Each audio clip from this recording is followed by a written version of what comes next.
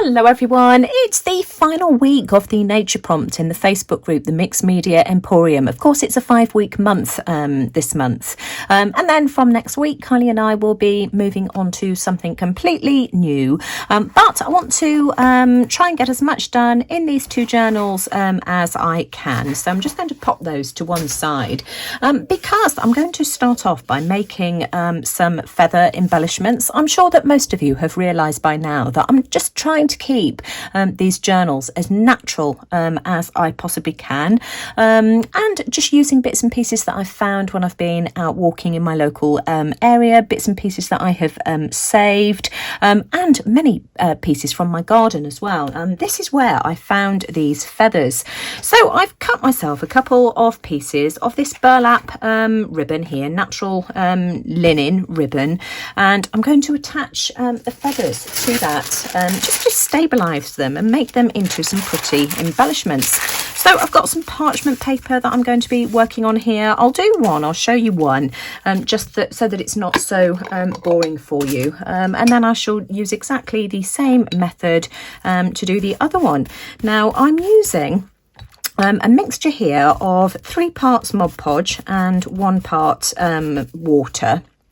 And just to thin the Mod Podge down in the same way that I did with the dried flowers that I displayed a couple of weeks ago. I'm going to use the same method to display my feather. So I'm just going to pop the feather on top like this, and then I've got another piece of tissue paper here. Let me just move the Mod Podge off to the side.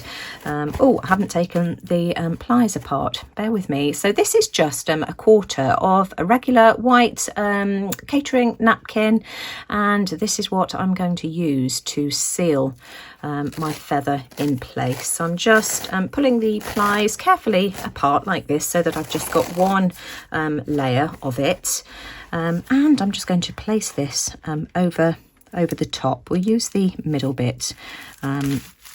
So there we go, just tap that down gently. You don't want this to tear. And then I'm just going to go over the top very, very gently with some more of the glue, just like this. And of course the napkin is so translucent that you'll be able to see all the lovely details through the napkin. But of course once the glue dries, it will be held firmly in place. So just gently going over my napkin like this. Going over the feather itself as well. And as I said with the dried flowers, it's really important to get rid of any air bubbles as well that you've got. So just gently tap. I'm going along the quill here to get rid of any air pockets that I might have there. You can see where they are, but as I say, if you don't get rid of them now, as soon as the glue dries, they'll still be there, so you'll just be able to see them. So just tapping on like this, and now I'm just going to give this a quick dry with my heat tool. Now these are nearly dry now, and they've just got the most wonderful, wonderful texture about them. So what I'm going to do is tear the napkin away, and then we can decide what we want to do with these next. Do I want to sew around them?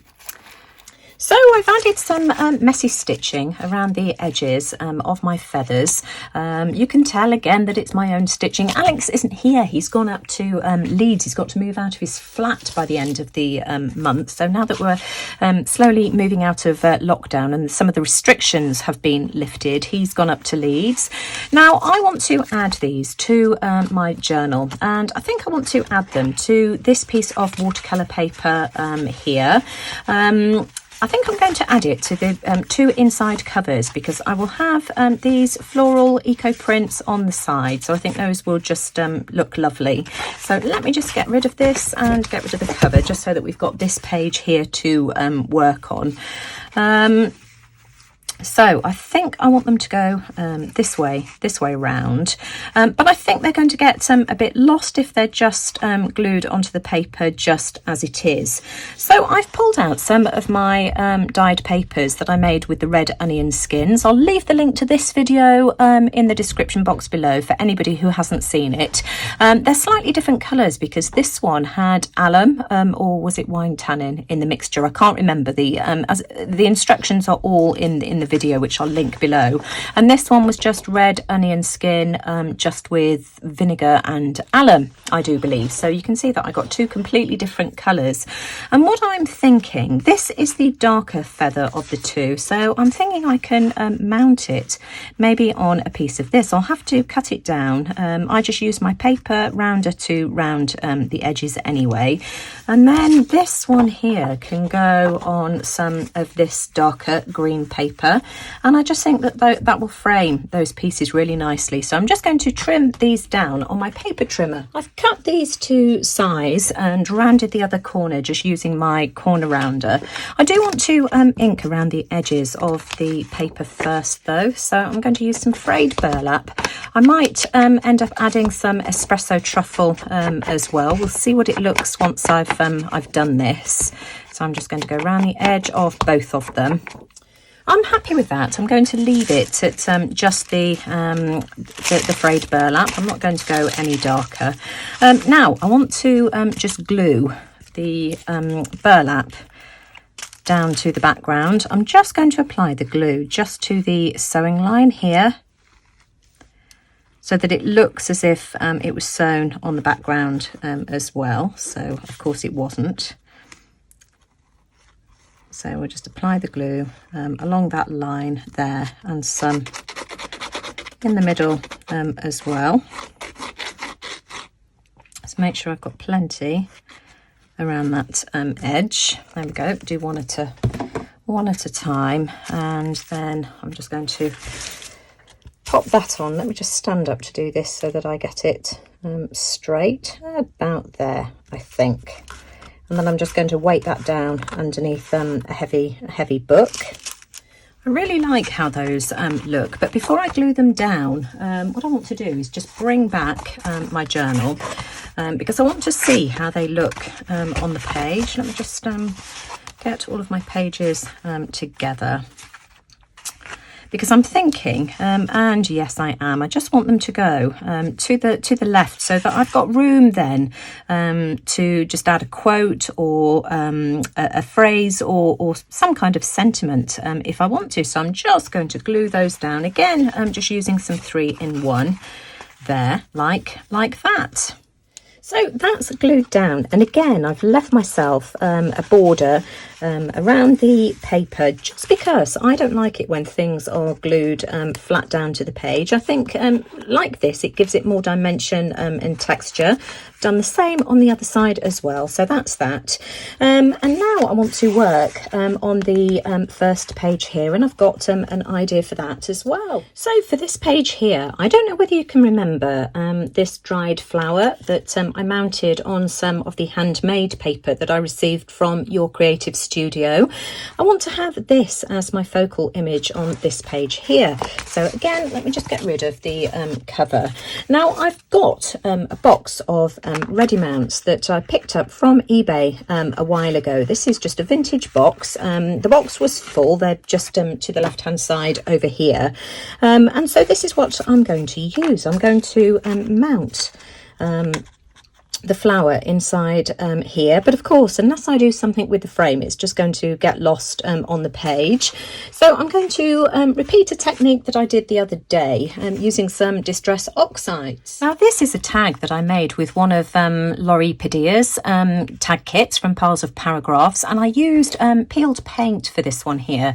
Now I think that the peeled paint is going to be a bit bright for what I've got in mind, so I'm going to do the same technique but using frayed burlap. So I'm just going to put some of my frayed burlap on my craft mat here and spritz it with water. Here we go. And I'm just going to, whoops, a daisy, wrong way round, just drag the slide, or dip the slide into that paint like this. I can always add some green if this looks a little bit brown. But what I'm going to do is just dry this first, and I'm just going to keep applying various layers just to get myself some kind of a pattern. So that's what it looks like after the first layer, and now I'm just going to dip it in again, and I'm just going to keep dipping it in and drying until I've used up all of the paint that's on my craft mat. So just try and mop up as much of this paint or ink, it's not paint, it's ink, as I can, drying in between, and this is what gives the lovely pattern. So that's how it looks after dipping it in about 3 times. Now what I want to do before I add the flour is just spritz it with some water, because of course we know that this gets the oxidization going, and so this will provide me with even more pattern. Just look at that, I just love those speckles. And again, I'm just going to dry that with my heat tool. So that's now dry, and I've had it weighted down underneath a heavy book for about 10 minutes as well. Just look at all of those colours that have come out of that oxide. It's just absolutely beautiful, and that was caused by spraying the water at the end. I just think that's lovely. So I'm just going to pop that to one side. Now I've got some Japanese book paper here, and I'm just going to apply my flour, attach my flour to that, just for a bit of added interest. I'm going to use a glue stick. Let me just grab a piece of old deli paper as well. So I'm going to apply the glue stick to the back of this. This should do it, I think. Oh, I've missed a bit. I can see there. And I'm just going to stick this down to the book paper and then cut around that. I just love all those speckles from that handmade paper as well. I just think that's lovely. I need to locate my bone folder as well, just so that I can press that down. Can't find it, so we'll use a lollipop stick instead. So I'm just going to burnish that down, and I'll give it a quick zap with the heat tool and then cut around the edge. Before I add my image, I do want to just ink around the edges. I think I'm going to use this side of the frame here, just because it's a little bit more consistent in pattern. So we'll just ink around it like this, just to frame it. I like how that looks. Let me just close that as well. I'm just going to try and get in the middle here as well. That's how that looks. I'm really happy with that. And now I'm just going to apply some 3-in-1 to the outside of my frame, like this. There we go. And stick my piece of paper down. Oh, like so. Let me just check that it doesn't need moving. About there, I think. So again, I'm just going to weight that down for a second or two until the glue grabs. Isn't that gorgeous? I just love that. You could turn these into little books as well if you wanted to, if you added something to the inside there as well. Now I want to close this, so bring the glue back again, and I'm just going to apply a thin layer just to the very outside here, just to close it shut. Oh, I don't want any in the middle, do I? Silly me. There we are, like that. And again, I'll have to weight that down until the glue grabs. So this is where my piece is going to go, and I've brought back the journal cover just because I want to tie in the left with the right hand page. I want to introduce some fabric. I've got this lovely linen fabric here that I picked up, the whole bundle here for £2 from the scrap store a few years ago, and I just want to pull out some colours and see which ones work. I absolutely love that grey there. The duck egg blue is a bit too pale. That's not going to work. This sage colour here just works absolutely beautifully and ties really well with the left hand side, so that one's a possibility as well. What else have we got? I don't think any of the other colours are really going to match. No. So right, okay, so decision. It's either between the sage green or this duck egg blue. Oh my gosh, I think either of them will go. This one here, I think, is calling to me. What I do want to do, though, is just mount it on a piece of caddy paper, which I've already torn out. Where's it gone? I've lost it. So that I can layer it. So hopefully this will help me decide. So again, we've got that duck egg blue and the green. No, duck egg blue. There we go. Decision made. So what I want to do now is just cut a piece large enough just so that we can have that as a frame and then fray it. So I'm thinking if I trim it there like that, I'm going to do this on my rotary trimmer, I think. So I'm just going to fray the edges. You can see that I've cut this on my rotary trimmer, so it's nice and square. I'd never have been able to cut it freehand. I'm hopeless. So we'll fray around the edges like this, just to rough it up a bit. Come on, you. There we go. And have some on this side here as well. I think a few more on this side. In fact, it wasn't that straight at all, look. And then I want a few more on this side. And then this will go on here. Let's have a look. Like that. Yep. That's really doing it for me. Now, I do want to ink around the edge of the caddy paper. Caddy spelt K-H-A-D-I. And it's just handmade cotton rag paper.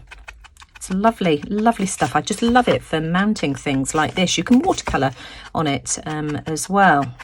This one here is 320 GSM and I got it from either Amazon or eBay. I think they probably sell it on both. I think Etsy sell it as well. There we go. Let's just move that out of the way. I could have inked up in iced spruce thinking about it as well. That looks lovely. Now, before I glue this down, what I think I want to do is run it through my sewing machine, this part here. So that will have a sewn edge and then I'll glue that on top. I am going to draw myself some guidelines though, because my sewing is so awful. And then hopefully this will help me and then I can rub these out afterwards. The sewing on the left hand side is Alex's, that's my son's. Just look how neat his sewing is. Whereas let me show you mine, that's mine. He's just so amazingly talented. He just blows me away, he really does. So I'm just going to continue doing this, just, you know, adding my guidelines like so. That should do it, and then I'm just going to go and sew there like that. I don't know why I hadn't thought of penciling in some guidelines before. Look at that. I think that's the straightest stitching I've ever done. Debbie, if you're watching, are you proud of me? Not bad, hey? I've rubbed out my pencil marks as well. Not very well. I can still see them there, but there we go. And so now I'm just going to stick my focal image on with some Fabri-Tac. I love that page. Isn't that gorgeous? Really happy with that. So I've taken the signature out of the book again, just so that I can visualise where it needs to go. So I'll glue this down first. There we go, the slide mount. So I'm only applying glue around the edges of it. So that's going to go on there like that. And then I'm just going to apply some glue to the centre. I'm going to follow that stitch mark again.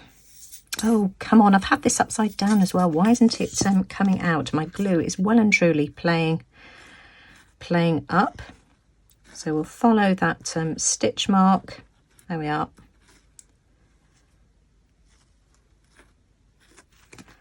Bit in the centre as well. And pop that down on my page. So that's another one done. I just love the simplicity of all of these pages. It's really appealing to me. So these are my pages so far. I just love how this looks already. These, of course, are the pages I did last week with the vellum paper that I made. And I had a couple of questions about the glue and would it stick. I used 3-in-1, which is an acetone based glue. And you can see that these are glued good and strong. They're not going anywhere. The stitching is only on the envelope pouch itself. And then the embellishments are glued down. The same with this one here. So I think any solvent type glue should work fine. Now I just want to make a tag to go in the pocket that I made last week. So let me just move that out of the way and bring back a piece of deli paper. Now I've made another piece of vellum using a page from one of my vintage journals, and I just love how that's turned out. I did it in exactly the same way as I showed in the tutorial last week using the R&F encaustic medium, so I love that. Before I start though, I got asked last week by a few people actually what would happen if you tried to create vellum paper with a coloured candle, and the answer is this. Let me just find my candle. Here we go. This is what I used to achieve this vellum. You can see how transparent it is. These pages are not oily in any way, and all I did is just rub the candle onto my iron and put it onto the paper. Somebody suggested to speed up the process that you could always shave your candles first, or put it, you know, through a cheese grater. Now, not all coloured candles are the same. This was the page I achieved by using this red candle here. I had no idea that this was actually white in the centre. So, of course, this one here is all blotchy, whereas the tea light candles are a solid colour. But yes, the answer is it works. And isn't that pretty? I mean, I'm sure I'll find something to do with that one there. But isn't that just gorgeous? This really beautiful pale rose colour. So let's get on with the tag. Now I'm going to glue my vellum to this piece of craft cardstock that I've already cut into a tag shape, and I'm going to try gluing it down with glue stick. Let's test this. I have no idea whether this is going to work, but you know, I had lots of questions last week about which glues would work with the vellum paper, because of course, you know, it was wax. So let's try it with a heavy layer of glue stick and see what happens. And if this doesn't work, then I shall scrap this part of the video and move on to something else. But I just think it will be interesting for all of us to see, me included. So there we go. I'm making sure that I'm applying plenty of glue here, especially around the edges. Let's glue that down. I want it to go. Let me just peel that off. I've got 2 pieces of deli paper here just for ease. I'm going to glue it about there like that, and I'm going to use a lollipop stick just to burnish it down, and let's see if this works. So I'm going to trim around the edges and we'll see if it's stuck. Well, it looks as if it's stuck down. It doesn't appear to be lifting anywhere. Even if I try to peel it up, it doesn't want to come. So, you know, we'll see. Too early to tell, I would say, at the moment. But it does look as if you can use glue stick. I'm looking for my dabber.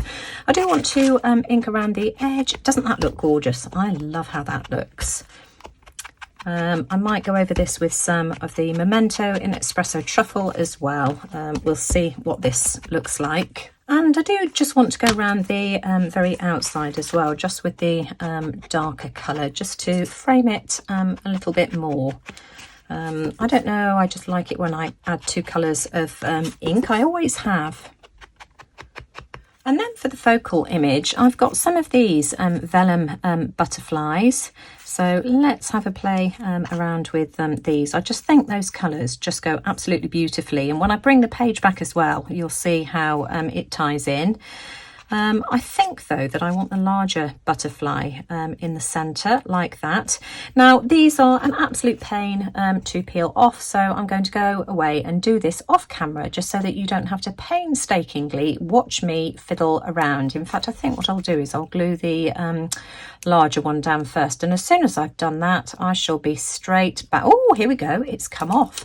Now it'll be interesting to see whether these stick as well. So let's stick that down there like that. Let me have a look. Yep, seems to be sticking, doesn't appear to be peeling off. So I'm just going to do the same now with the other two. Those appear to be stuck down really well. Again, I've just burnished them with my lollipop stick.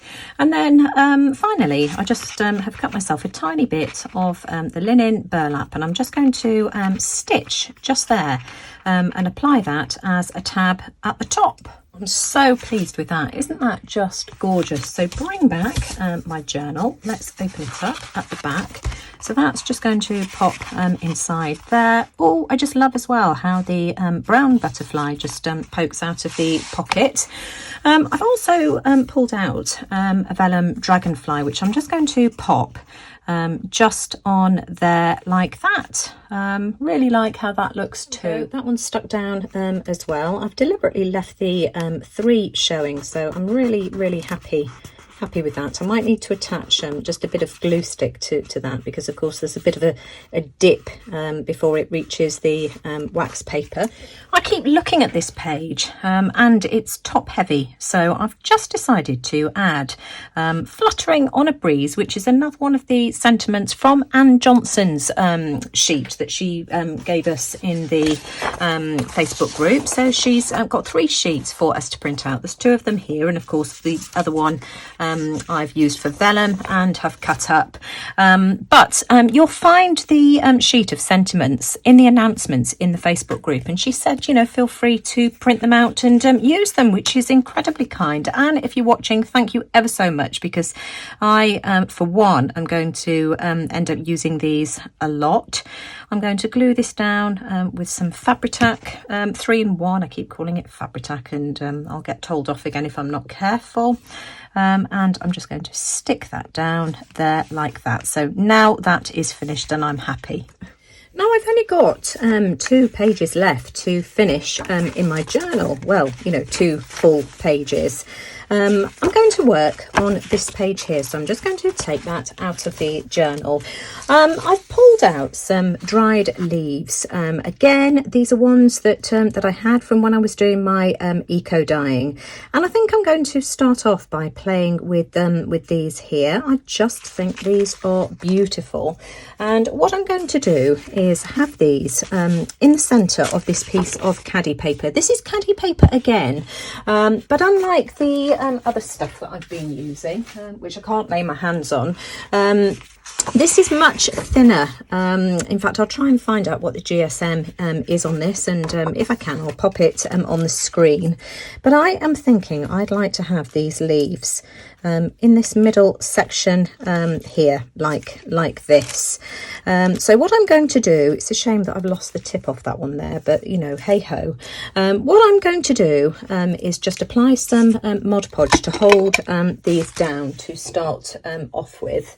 Let me just grab my paintbrush. So now, hang on a second, how did I want that to go? I wanted that one on that side and that one on that side. So we'll do this one first.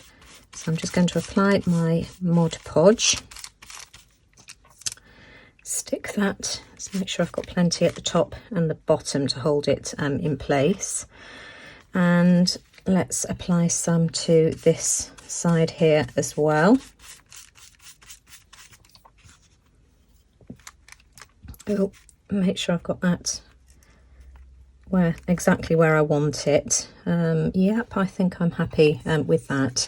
And then I'm just going to go ahead and just make sure that I've got full coverage of glue over the leaves as well. And I'm not going to apply a napkin. You'll see what I'm going to do in a second, and I just hope that it's going to work. So Apply plenty of glue on the leaves as well, just being really careful because of course, you know, these are dried and they're fragile. Aren't they pretty? I'm not too sure. I think this one might be off a fuchsia. I'm not sure.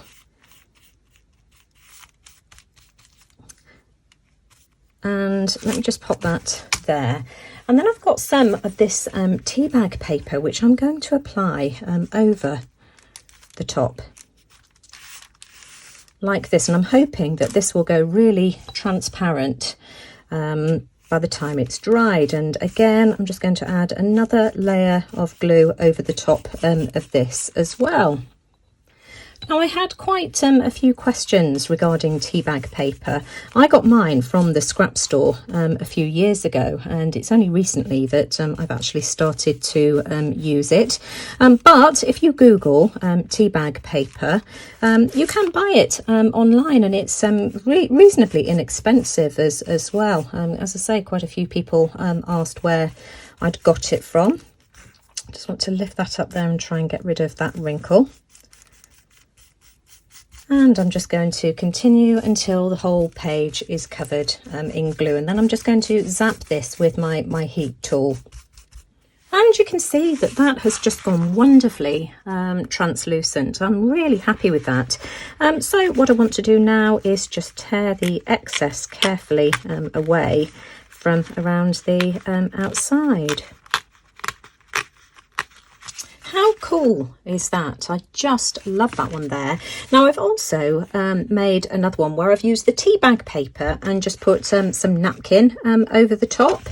So that was how I knew that it was going to turn translucent. So I just want to stick that down to the front, and then I know what I want to do for the back, but I'm going to do that off camera, and as soon as I've finished I'll be back to show you. I want to share my final nature project with you today. I've made this gorgeous wasp nest paper. We had a wasp nest in our garden shed a few years ago, and I saved it, and I can remember posting on my Facebook page asking for ideas as to how to use it, and I was finally inspired by something that Paulette had done in the Facebook group, and I've applied some of the nest to an artist trading card. This is just 2.5 by 3.5 inches, a piece of Caddy watercolour paper.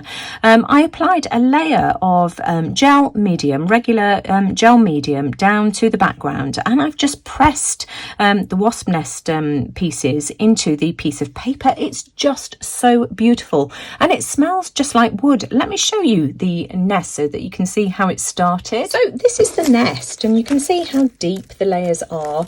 I've had this in my stash for, I don't know, 4 or 5 years maybe.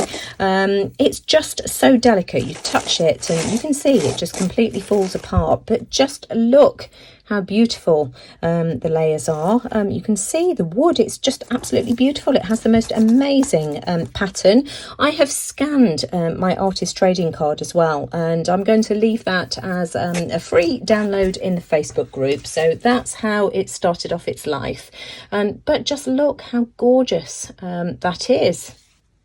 Now I want to turn this into another collage, so I've got the back page here of this piece, and I've cut out some other bits and pieces as well. I've got another piece of the vellum.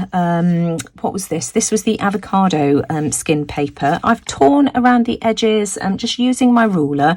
I've inked around the edges as well, so I'm going to have that as my background. I've also got another piece of the burlap linen as well, and then I'm going to have my background on here like this. I just love having something natural in my journal. And then I've got a couple of pieces of the Tim Holtz ephemera. Now, I've forgotten the name of the ephemera pack that this is called. Field Notes, that's it. It's called Field Notes. And I've applied some of my beeswax to these 2 pieces of ephemera here. You can see how translucent that one there has now become. This one hasn't become particularly translucent, but it's just aged it and given it a really nice look. This is how these started coated off. So you can see this one here would have had the white border, which I didn't like, and I didn't want to spend the time fussy cutting around this. Adding wax has just toned it down, and then the background was the same colour as this one here. So I love how those have turned out, and all I'm going to do is just piece this together, glue it down, and form myself another collage. So here is my collage glued down. I'm so happy with that. Isn't that just gorgeous? But what I think I'm going to do is flip this signature just around like that, just so that the collage is on the inside and that these are on the outside. And I'll show you why when it goes into my journal. Let's see if I can do this under the camera or whether I need to lift it up a bit. I want the leaves facing the nature there. So then I've got a paper collage on the inside back cover, a collage in the middle, and a collage on the front. And that just looks so aesthetically pleasing to me. I'm so happy with that. So I'm calling it a day with these journals, and let me just show you what they look like so far. Let's start off with this one here, and I'll give you a flip through. It's just so beautiful. This is going to be a joy for me to look through. I've still got work to do. For instance, I still need to add some kind of sentiment or quote to the feather pages here. I'm going to leave the eco pages as they are because I just think they're beautiful. I may enhance some of the ones at the end of the book with maybe more watercolours, who knows. Now I haven't done anything with this waxed paper here. Any ideas? I'm thinking that I will either use these pages to add poems to nature inspired poems, or even add some photograph collages of my garden. But if you have any other ideas as to how you think I should use these, I'd be really interested in your thoughts. So of course more eco-dyed pages, just love that. This is the page that I did here with the collage in the centre. Now you may notice that I have enhanced the leaf here. This one here had the tip broken off, and that was really bothering me. So in the same way that I enhanced the flowers here, I've done the same with the leaves, and I've just used my alcohol marker just to add that tip back in.